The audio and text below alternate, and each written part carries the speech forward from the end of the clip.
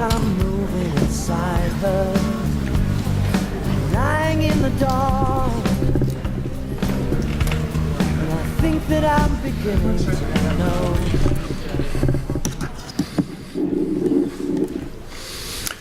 Well, welcome. My name's James Galbraith. I'm the chair of Economists for Peace and Security. This is an EPS session entitled Inequality, Challenge of the Century. We have a very distinguished panel who will present shortly.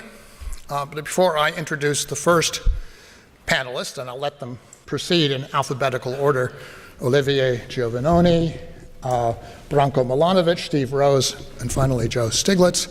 I'm going to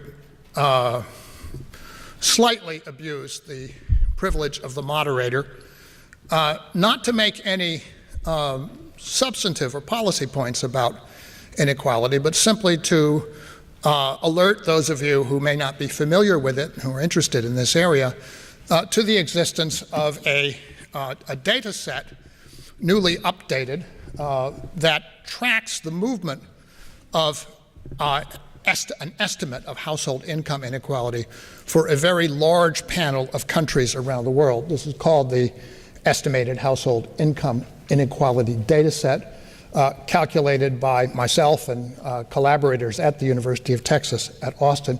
It is now the largest, I think, such data set that is based on actual measurements without imputations, and that presents a single consistent estimate of the type of inequality under consideration.